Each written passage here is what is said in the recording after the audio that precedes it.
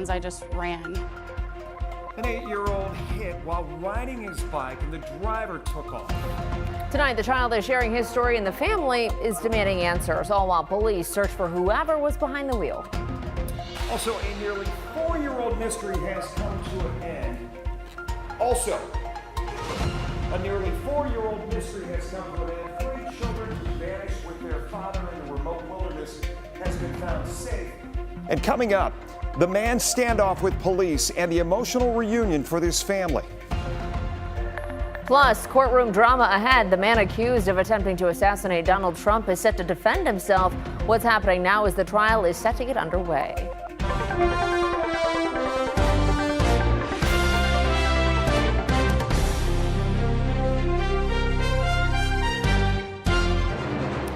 Welcome into WTOL 11 Plus now. We start with our top story tonight. 2 people are dead after a fire in South Toledo. Yeah, Kaylee, flames broke out around 6:30 this morning, and it was on Dorian Drive. Let's get into the details on this one. That is near the Anthony Wayne Trail and Detroit Avenue.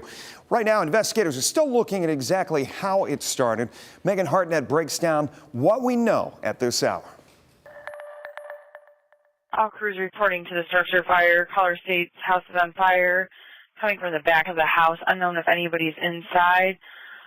Garage is smoking as well. Front door is hot. Fire crews were called to 3044 Dorian Drive just before 6:30 Monday morning. Crews got here pretty quickly, discovered heavy fire throughout the structure, went in to do an aggressive attack. Toledo Fire says crews started an interior fire attack, and they were able to get the fire under control just after 7. A neighbor was helping a man who was inside the house when crews got to the scene. They discovered that a passerby or a neighbor, and I'm unsure of that details, pulled an adult male victim out. The man was transported to a hospital where he later died. Toledo Fire says there were reports of a possible second victim and additional crews were requested. Toledo Fire says they searched the house and found a second victim near the kitchen area. We were able to find another victim, a deceased victim. Neither of the victims' identities have been released. First responders stayed at the scene hours after the fire had been put out. Fire's out. We're remaining on scene for a long time. We're waiting the coroner and investigators. The fire investigation unit is still looking into what caused the fire. Toledo Fire says they are unsure if the house had smoke detectors and says no one heard any smoke alarms going off during the fire. So Megan now joining us here on Sept. Megan, let's talk a little bit about the particulars of this and being able to go out. When we as journalists are kind of tasked with going out and covering stories like this, the surrounding neighborhood's important. The neighbors are important. I mean, was this a scenario where you could knock on doors, ask questions about who lived there, anything like that? We ended up not. We did talk to, or attempt to talk to some neighbors a little bit further down the street, but when we got there, we had someone from Toledo Fire approach us and say, the family just got here. They're extremely emotional. They're asking for media to not be at the house and stuff like that. And that's something we respect because we understand that these are their worst days. Right. And the last thing they need is to be talking to us. Some people feel compelled to talk to journalists, and that's great, but we never have that expectation. And we want to give people their space, their privacy, as they're dealing with this, their feelings as it's so fresh and so new. I mean, it's hours after. And just to let you guys know, as viewers, when we go out on these scenes, we either work through, especially a fire, we're working through a battalion chief who breaks away, takes a moment, takes a pause to come over and talk to us, or we're talking to a PIO, right? So talk about that relationship, how necessary, how important it is to have those embedded within our safety forces and how it helps us do our jobs. It's so important. I think they're the people that we go to, we look to, we try and form these relationships, we try and form these connections because I think they understand at the end of the day, both of us have the same goal of serving the public, informing the public, being there for other people. Yeah. And we need to be there, have a good relationship with them so that they feel comfortable sharing information with us, knowing that we'll respect them, respect if they ask us not to put something out there, or if they say, can you wait for a little bit on this, or we'll get it to you later. And it's important that we do what we can with that, but also knowing that our job is to inform people. And not also to just bend to the will of everything they want us to do. And I think it needs to be said as well, before we ever even leave this building, our management always talks to us about empathy and making sure that we are respectful when we go out there on the scene. The final thing we'll say today is, obviously we're sitting here in September, October, an important month. You have firefighter in your blood. Yes, my father was a firefighter and EMT for 30 years, so I think from a young age it was embedded. You know, there's obviously in this scenario we don't know what caused the fire or anything like that, but there are some general safety tips that of course people can follow. You know, having your smoke alarms, getting them checked regularly, making sure that, you know, the batteries are good and stuff like that, not leaving candles burning, attending to when you're cooking and fires. Another one is keeping your doors closed, whether it's like your bedroom doors at night and stuff like that. It helps from fire spreading. You know, and these are very simple things, and of course, again, we don't know what caused this fire, so I don't want any correlation to be drawn between there. Megan, thank you so much. Kaylee, back to you. Well, from breaking news here in Northwest Ohio to the stories making headlines across the country and globe, WTOL 11 is keeping you up to date on what's happening. This is a story you have to hear. Kids missing for 3 years have been found alive and unharmed. A shooting at a bus stop in Jerusalem leaves at least 6 people dead. A family is searching for answers tonight after a hit and run leaves a child hurt. But first, the trial of a man accused of plotting to kill President Donald Trump is now underway. Jury selection started today in the federal trial of a man accused attempting to assassinate former President Donald Trump last year. Prosecutors say 59-year-old Ryan Ruth set up what they described as a sniper's nest at the West Palm Beach Golf Club. He allegedly pointed a rifle through the fence while the president was on the course. Ruth decided to represent himself in court. My friend tried to tell me that a car was coming, but I didn't, because I didn't hear him though, and I turned my head and it just kind of hit me. A family in Texas is searching for answers after an 8-year-old was hurt in a hit and run. Police say Liam Park was riding his bike near an apartment building Friday when the driver of a black SUV struck him. Witnesses told his parents the driver briefly got out, looked at the child, and then sped away. Liam suffered cuts and bruises, but thankfully no broken bones. Fort Worth police say their traffic investigations unit is now handling the case. At least 6 people are dead after a shooting at a Jerusalem bus stop this morning. Israeli police say 2 attackers opened fire shortly after rush hour. A security officer and a civilian both shot and killed the assassins. Officials say the victims include 3 men in their 30s, 2 men in their 50s, and a woman in her 50s. Several others were hurt. Israel's prime minister rushed to the scene, calling it a brutal attack on innocent people. I can confirm that the children are well and uninjured, and they will be taken to a location this evening for medical checks. Relief in New Zealand tonight after 3 missing children were found nearly 4 years. Were missing for 4 years and now are found safe tonight. Police say the kids were living in the remote wilderness with their father, Tom Phillips. Officers shot and killed Phillips in a shootout earlier today. 1 child was with him during the confrontation, while the other 2 were later discovered at a campsite deep in the forest. Their mother says she is deeply relieved and ready to welcome them home. Just like the mailman, rain, sleet, snow, whatever, it was out there. Coming up, no matter the weather, one man is using a simple chalkboard to turn grief into hope. The daily messages he's shared for more than 5 years and how they're inspiring an entire community. Also, he is no stranger to controversy, but his latest stunt fooled almost everybody. It played out this morning. We'll tell you more about the surprise for Howard Stern listeners. And Mother Nature not pulling any tricks out there. Lots of sunshine this entire work at school week, turning a little bit warmer. But when will we finally get rain chances? You're going to see that in my 10-day forecast coming up.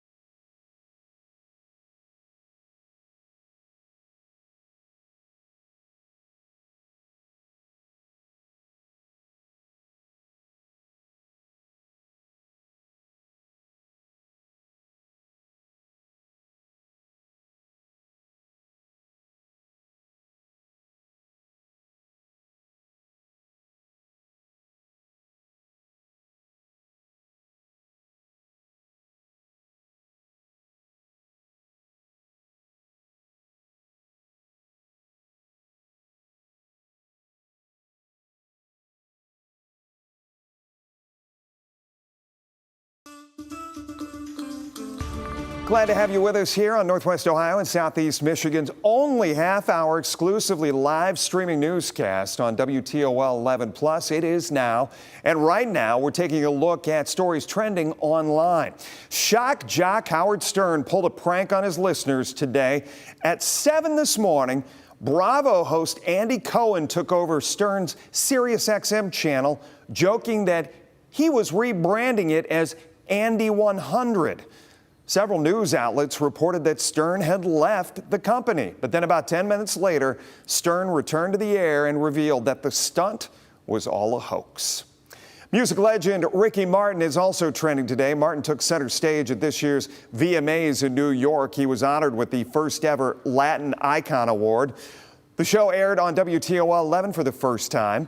LL Cool J hosted and Lady Gaga won Artist of the Year. Ariana Grande, she took home Video of the Year for Brighter Days Ahead. Busta Rhymes received the Rock the Bells Visionary Award, while Mariah Carey was honored with the Michael Jackson Video Vanguard Award.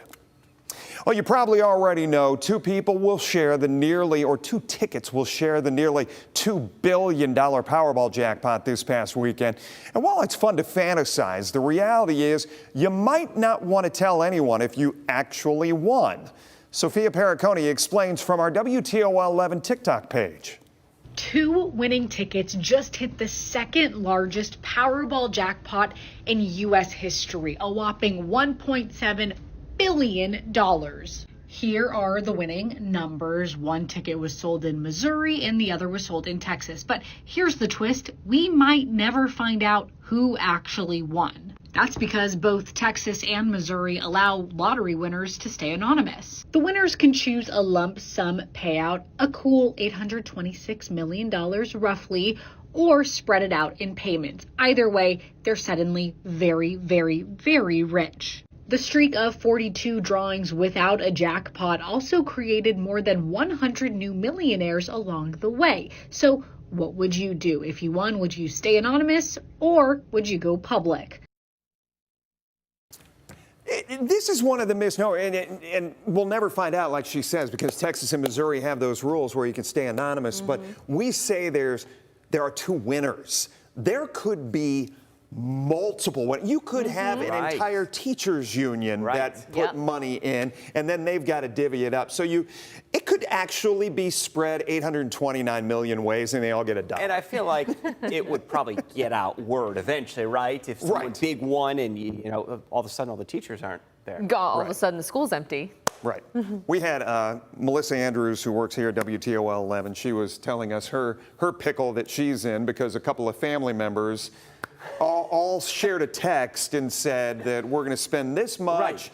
And 2 of them on that text chain, one came away with $2, the other one came away with $8. How do you split that? How do they split it up, right? Or do you? Big decision. Or not. Yeah. Oh, well. I'd like to dream about the bigger jackpot being split up. But anyways, we've got sunshine, dry weather across the area. Still no chance of any rain all week. Let's take you on over here to the big weather map. So we're going to look at dry skies, sunshine. It is going to be a crystal clear evening. Even a few fair weather cumulus clouds that we have just going to fade away as we go towards sundown time. So we're not expecting any chance of rain. Now, I know we do need the rainfall. It's just not anything we're going to be getting this week. So dry conditions right now on top of the radar temperature-wise. We're still in the upper 60s to near 70 degrees. So may require sweatshirt-like jacket as you step out to school. That bus stop forecast chilly, mid-40s, but bright sunshine, and into the afternoon, that chill eases quickly.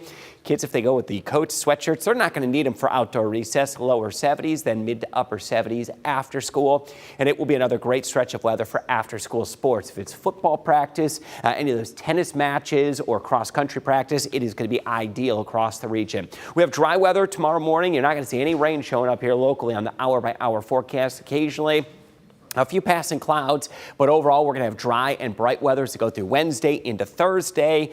Just no chance of any rain this week. This is the time of the year things can get kind of stuck in very tranquil type of weather. 40s out there first thing in the morning. There's highs at the afternoon that will reach up into the 70s, and my 10-day forecast has 70s that will show up for Tuesday. That is 78 degrees. That should best the highs we've had the past couple of days where it's been fairly cool. Low 80s will return on Wednesday. Still going to be a mostly sunny sky. Low 80s stick around for a Thursday. Thursday and for Friday. The weekend will turn a little bit warmer. If you want to dry a beautiful day on the weekend, Saturday's going to be your day because we've got some changes out there. They could come in as early as Sunday. Latest data suggesting we make it an upper level low pressure system that comes in Sunday into Monday. And this is some new developments over the past 24 hours. So stay tuned to this.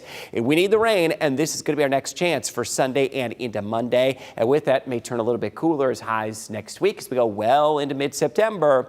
We'll drop back into the mid-70s. That's a 10-day forecast. Kaylee, Jeff, back over to you. All right, thanks, Chris. Well, check this out. One man's simple chalkboard in a Maryland community has become a daily source of hope and inspiration. Yeah, for nearly 2,000 days, Todd Briggs has shared handwritten notes and quotes outside of his home, turning personal grief into a gift for his neighbors. In every community, there are signs for us to stop, to slow down. But in this Towson, Maryland neighborhood, one sign does both. I think a lot of people look forward to that every day. Stop to read. One person can make a difference and everyone should try. Slow down to think. You just can see that your day can be better reading those words, I think. Each morning, it's held up by a Tahoe, put up. Started right with COVID. By Todd Briggs. I think I've done it every day since. 1,963 days. Just like the mailman. Rain, sleet, snow, whatever, it was out there. 1,963 quotes. I've always been into quotes. I have notebooks of quotes. Hope is being able to see that there is light despite all of the darkness. Try to be a rainbow in someone else's cloud. The best way to cheer yourself up is to cheer everybody else up, Mark Twain. With every post, the cheer here from Chalk creates community. To have that positivity every day is so encouraging. Hard times for many people, so it's amazing. He's an inspiration to a lot of folks, especially our family. A number of people have told me over time, that gives you a pause to say, hey, it can be okay. As much as it's been needed by his neighborhood, you've needed it too. Oh, for sure. Oh, there's no doubt. In 2001, Todd's wife, Ellen, became sick. We went through a long stretch where she had been sick for a long time with cancer. It was a long 15-year battle. She passed in November of 16. What most people don't know. That was her chalkboard sign. It was hanging right up in the kitchen. You know, we had things attached to it over years. Todd wanted to honor Ellen's joy. And when there's a will, there's a driveway. Keeps her going. Yeah, it's powerful. Every so often, a stranger will stop. From the girl who left behind a Starbucks gift card. She wanted to say thank you. To the neighbor who just needed a hug. Those moments seem to come, and I think they're from my wife Ellen up above, of just saying, you know, hey dummy, no, let's keep this going. Signs for Todd to keep the board up and to keep his community uplifted. And a lot of times it doesn't take a whole lot.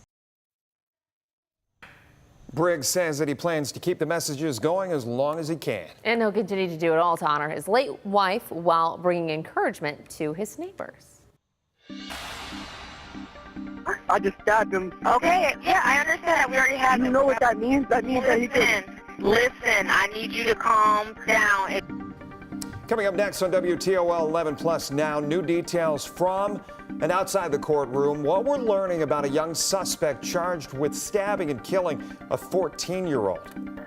And a Lucas County corrections officer is under investigation tonight. What we're learning and the evidence police say they found inside of his car. It's helped me out a lot, and I hope that in return I'm helping her too. And talk about a connection. The amazing way this dog and her owner are finding common ground hardly anyone else could understand.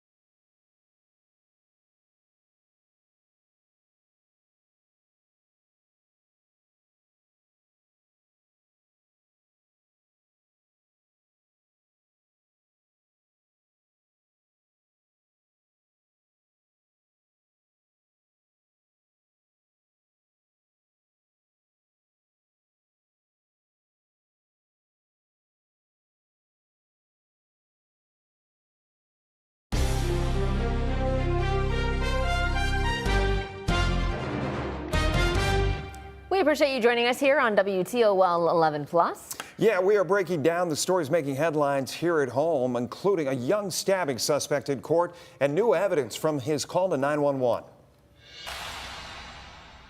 I just, bro, it was trying to jump me, bro. I just stabbed it. You stabbed someone? Yes, he was trying to jump me. A 16-year-old accused of stabbing and killing another teen in Point Place was back in court today, but his pretrial hearing was delayed after prosecutors and defense attorneys said they did not have, or they still hadn't received key evidence, including the suspect's 911 call. In that call, the teen admits to stabbing 14-year-old Xander Epps, but claims it was in self-defense after a group tried to jump him. The case is now being pushed back 2 weeks. A Lucas County corrections officer is facing an internal affairs investigation for drinking and driving. A Toledo police report states 21-year-old Gavin Hull drove over a curb and broke a utility pole early Friday morning at 122nd Street and Summit Street in Point Place. This is video of the scene. We have got a story that proves that where it happened. The officer says Hull was unsteady on his feet and admitted to drinking. An empty bottle of Long Island iced tea was found on the driver's side floor. Hull was taken to Mercy Health St. V's to be checked out and refused to take a blood test. The sheriff's office confirms Hull is being investigated for violating its conduct unbecoming of an employee rule. Other headlines tonight on Now. We have some new information in the ongoing work that's taking place on Arlington Avenue in South Toledo. A recent update from the city says work on the project will now not be complete until January. A sinkhole formed at Arlington and Francis last year. Since then, a sewer in the area has also collapsed, causing sewage to leak into the nearby Swan Creek. Well, there's no shortage of talent in Northwest Ohio and Southeast Michigan, and some of the stories people have here are surprising, like the next guy you're about to meet. We have got a story that proves that small-town roots are no limit to big dreams. J.J. Reinhardt graduated from Fostoria St. Wendelin High School. It no longer exists. But his journey took a wild turn from New York to the Playboy Mansion kitchen, where he served as head chef for Hugh Hefner, feeding A-listers at legendary parties. He is now the force behind Hilton properties, top properties on Oahu in Hawaii. J.J., you just got off a trip to Rome. You travel the world. Absolutely. I have got to let people know, you have got an Emmy. Yep. You have got a Tony. A Tony. Yep. And now you have this story that I'm going to dive into. But first, tell people the Emmy and the Tony, where'd that come from? So this was actually a show that I was in. So before being a chef, I was a professional trumpet player. So the show was called Blast. You may not know it, but most people know of what stomp is. Yeah. So kind of similar to stomp. Stomp is just percussion, but with brass, with blast, we also have brass on the stage. Okay. So I was kind of a dancing trumpet player. So through my progression as a trumpet player, it actually started right here in Toledo, Ohio, with a group called the Glassmen, which also no longer exists. But that was what really propelled me to this organization called Blast. So you go to New York, shows, Broadway, yes? Yep. I was actually on Broadway and watched 9/11 happen. How do we get, and that's, I'm sure, an unbelievable experience, personal experience. So how do we absolutely transcend to the West Coast? Well, with Blast, they actually took us to the West Coast first. We did a run with Disney, but we closed our show there, and they're like, let's go back on the road. I got tired of life on the road. So I decided, what else am I good at? What do I like to do? You know, I actually enjoy cooking. Let me give this a whirl. So I started looking at culinary schools. I actually went to the Le Cordon Bleu in Scottsdale, Arizona. And one of the reasons I saw that is as I was interviewing schools, they said, here's a list of places people have gone for internships. I start scanning it, I'm like, the Playboy Mansion? Really? They're like, oh yeah, we sent some people there. And I'm like, I like your school, and I'm going to go to the Playboy Mansion. You're how old at this point? I am 48 years old now. No. When the Playboy Mansion came up. So I was 24 years old when this happened. Okay. So going through culinary school, I didn't even know how to get in touch with Playboy. It wasn't until my last week of school, I ran to my guidance counselor. I said, I could go here, but I don't know the contact to Playboy. He's like, funny you should mention it. I talked to the chef last week. So he set up the interview. I went into the Playboy Mansion. It was the day after Thanksgiving. and they put me through some tests, and they actually said to him, like, you know, you're a pretty good kid. We're going to bring you on. Pretty impressive. How about that? Yeah, there was a lot of layers to that. Well, you can catch this story plus an update from the task force leading change for Lucas County Children's Services. It's all on Leading Edge with Jeff Smith. It's all streaming next in just about 3 minutes right here on WTOL 11+. Obviously, as you can see, she is a front leg amputee, and I'm an upper extremity amputee. Here's a story to make you smile tonight. A rescue dog in Phoenix is settling into her forever home with an owner who knows her struggles all too well. Deputies first found Micah last summer after she'd been shot and her front leg had to be amputated. Now renamed Cleo, she was adopted by Zach Monticello, who lost an arm in a UTV crash last year. Monticello says Cleo has already bonded with him, calling her the most loving and emotionally intelligent dog he's ever known. Connections, huh? Very good there. Pretty cool. Yeah. Man's best friend. Absolutely. Look at that gorgeous weather. If you're going to be out this evening or early in the morning and walk that dog or get the kids to school, grab the jackets because we're going to be back in the 40s yet again, sort of into that routine where we get cool, dry mornings, clear, sunny afternoons. And that's what we're expecting for Tuesday. 78 degrees, so it will turn warmer. Low 80s Wednesday into Thursday. We'll stay the low 80s on Friday through the start of the weekend. And we do need a little bit of a pattern shift. We may get that Sunday into Monday. An upper level low pressure system starting to show some signs that it may stick around a little bit longer, which would increase the chance of rain Sunday and into Monday, and also would come with a slight cool down, taking us back a little bit closer to or right around average mid to upper 70s as we go toward the end of the weekend and into early next week. A little hint of fall that's going to be arriving. And also a hint of summer. Yeah. And a hint of summer. Everybody should be pleased then, right? Absolutely. Everybody gets what they want. Remember, this is your home for more than just news. You can stream our full lineup of content. We'll see you later tonight.